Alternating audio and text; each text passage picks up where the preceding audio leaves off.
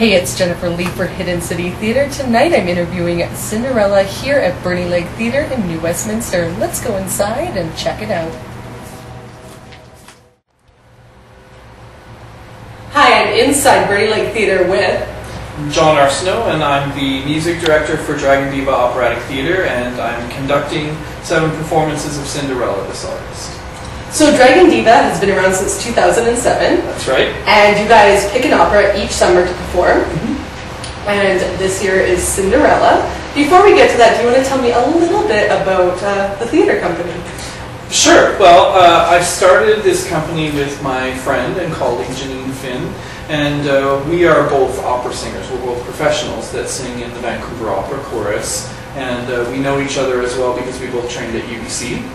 And we were having lunch one day with a mutual friend, and Janine was whining about the fact that she doesn't get to do as much directing as she would like, and I was commenting that I don't get to do as much conducting as I would like, and our friend went, well, why don't you two get together and start an opera company? So that's what we did. And opera, you know, people do love it, but it doesn't always get the best rap because some people are like, oh, it's boring, or I don't understand what's going on. Right. So how does Dragon Diva make opera fun and exciting and enjoyable for all types of audiences? Right. So we so one of our mandates, actually, when we started this company, our mission statement is to make opera accessible to everyone, even to people who wouldn't necessarily normally like opera or be interested in seeing an opera. So for one thing, we always do our shows in English. Either we choose a show that was written in English, or we do it in an English translation instead of in the original language. So that's the case with this Cinderella. It was actually written in French. We're doing it in English. And the other thing is we like to describe ourselves as a lowbrow opera company. So it's not so much about the very serious, high art kind of opera for us, but we like to do shows that people can actually relate to, that have characters that are more real, as opposed to with really, people call it like high opera or serious opera or real art opera. The characters are often bigger than life, and that's the whole point, right, is to create an artistic experience where all of the emotions are really big and everything. So we tend to choose shows that are more sort of real life characters as well. And I think that people relate more easily to that sort of character. And in this case, with Cinderella, it's a fairy tale that everybody knows. Right? And touching on it, there are so many different versions of Cinderella. There's the Rodgers and Hammerstein's version. There is the Disney version. Yes. As well as there's so many books and different takes on Cinderella. So what does the opera of Cinderella have to offer? So this is based on one of the older versions. The opera itself is based on one of the older versions of Cinderella. Our interpretation of that is somewhere between that old traditional kind of Cinderella and Disney's Cinderella. So we've opted to go with something that is somewhat influenced, for sure, by cartoons. So the whole Disney experience of Cinderella definitely has had an influence, especially in the scenes in the stepmother's house. So in the scenes where the stepmother and the 2 stepsisters and the father and Cinderella are in their own house, everything is black and white and pink. The entire scene. There is no other color.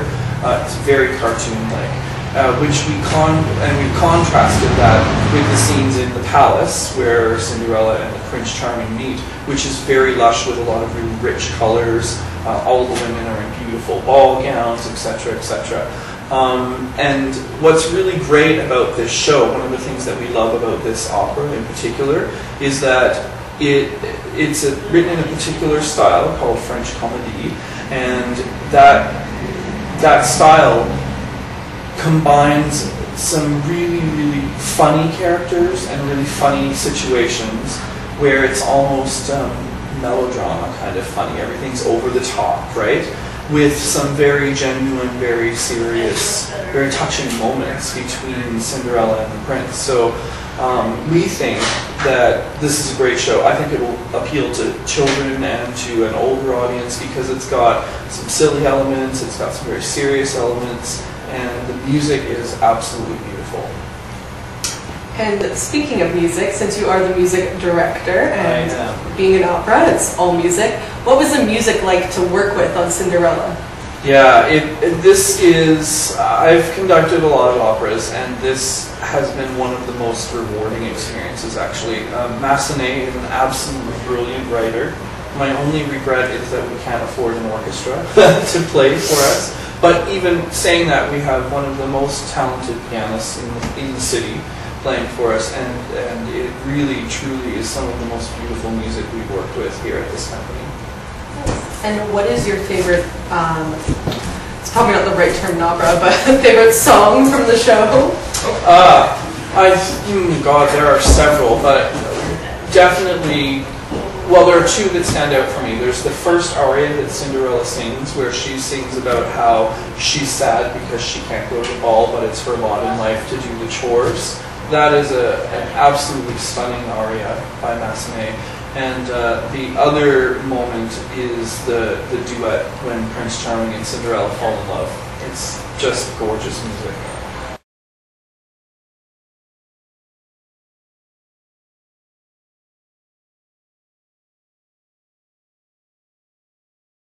Her take on things is always to make the funny moments truly funny, as opposed to just stupid funny or kind of haha polite opera funny.